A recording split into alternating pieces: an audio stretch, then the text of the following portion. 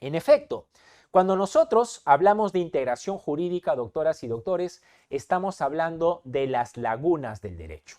Estamos hablando de casos o supuestos en los cuales el derecho calla, el derecho silencia, pero consideramos que el derecho no debería silenciarse, no debería callar, y por eso el reto radica en cómo construir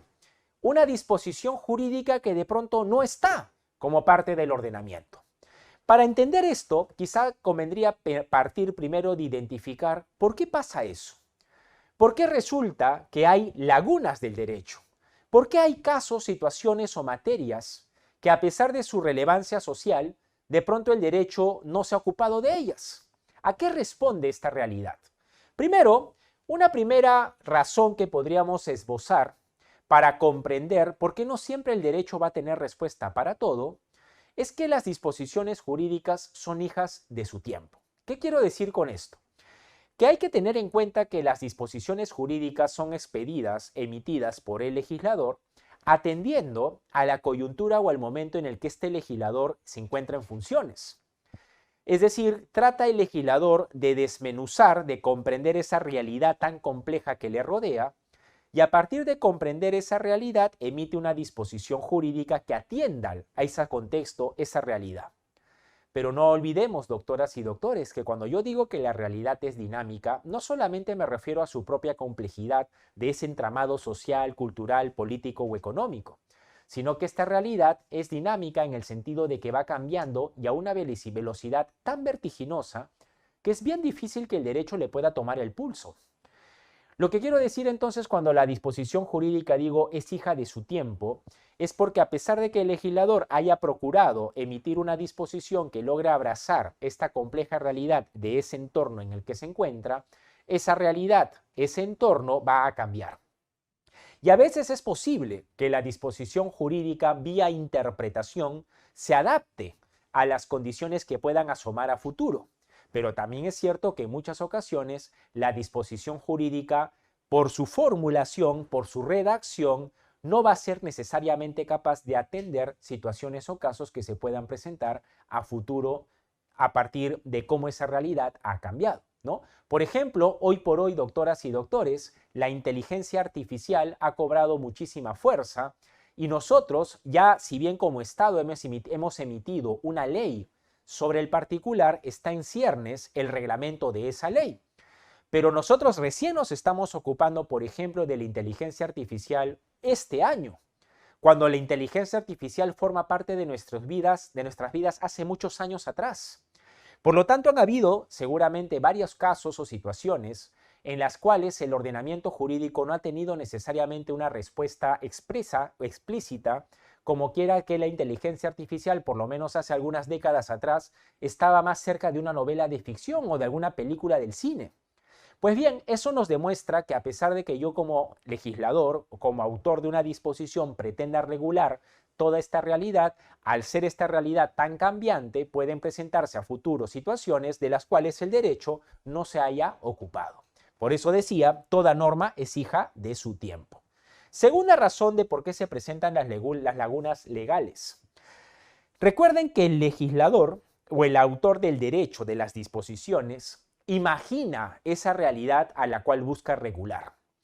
Pero para nadie es un secreto que la realidad siempre va a superar esa ficción, esa imaginación del legislador. Y es que es cierto que la dinámica de la realidad es tan compleja y diversa que es muy difícil pretender aglutinar o resumir o agrupar o contener toda esta compleja realidad y su dinámica en una disposición o en un conjunto de disposiciones jurídicas. El hecho de que la realidad supere lo que el legislador dentro de su imaginación haya pretendido da lugar o genera que se presenten también lagunas legales, porque a pesar del esfuerzo que pueda desplegar el autor de la disposición por tratar de abarcar lo más que pueda de esa compleja realidad y su dinámica, naturalmente aglutinar o contener todo eso en una disposición o en un abanico de disposiciones jurídicas es pedirle demasiado, ¿no?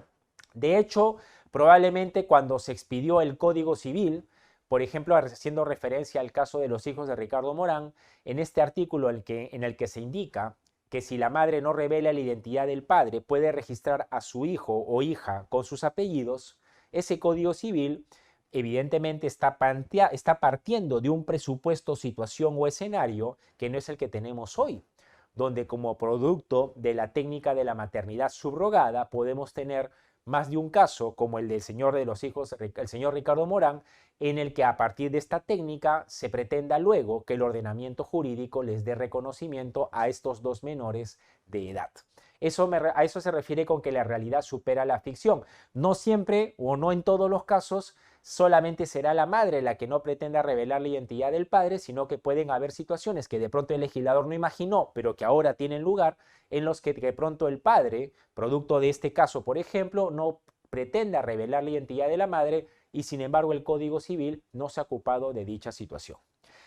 Y una tercera razón de pronto de por qué hay lagunas del derecho, por qué hay situaciones o casos en los que no hay disposición jurídica aplicable, puede tener también que ver con la falta de voluntad política. Por ejemplo, yo escuchaba, y creo que ustedes a lo mejor también, en la audiencia que se llevó a cabo en el sede del Tribunal Constitucional a propósito de este caso de los hijos del señor Ricardo Morán, que entre las preguntas que hacían algunos magistrados estaba justamente esta de que la Ley General de Salud expresamente refiere de que debe haber identidad entre la madre biológica y la madre gestante como parte de las técnicas de reproducción asistida a las que se pueden acudir. En otras palabras, en el caso peruano, la donación de óvulos no está necesariamente permitida y así también la maternidad subrogada, por lo menos no está prohibida, pero tampoco está regulada. En este caso, uno podría de pronto sospechar de que hay una intencionalidad de no permitir la maternidad subrogada, porque a pesar de que es un tema controversial, hay algunos sectores que podrían tener sus reparos con permitirla, como quiera que hay algún sector que puede comprender que la maternidad subrogada puede significar lucrar con el uso del cuerpo humano. Y esta práctica, como quiera que en algunos otros países sí puede significar un intercambio económico o un contrato o acuerdo formal o informal, de pronto el temperamento del legislador al momento de expedir la Ley General de Salud podría haber sido no permitir la maternidad subrogada al no regularla. Aquí podemos advertir que la maternidad subrogada ya es una realidad, pero esa realidad se contrasta con la ley cuando vemos que no se ha ocupado del tema y de pronto no es porque la ley haya sido superada por el paso de la realidad o el cambio social, de pronto no es un problema de porque la realidad superó la imaginación del legislador. De pronto el legislador nunca quiso regular la maternidad subrogada. Entonces la presencia de lagunas legales o de lagunas del derecho no solamente tiene que ver con esa velocidad con la que la realidad puede cambiar y la disposición o el derecho a veces es difícil de poder mantenerle o tomarle el pulso, no necesariamente tiene que ver con que la realidad es más rica de lo que la imaginación del legislador pueda dar, sino que pueden haber intereses políticos, sociales, culturales, que son finalmente los que se ven reflejados en el marco normativo expedido y que intencionalmente, por tal razón, hay situaciones de la realidad que no tienen cobertura jurídica. En cualquier caso, cualquiera de estas tres razones son las que podrían permitirnos entender por qué no siempre vamos a encontrar disposiciones jurídicas para todos los casos que la realidad nos pueda conducir a conocer.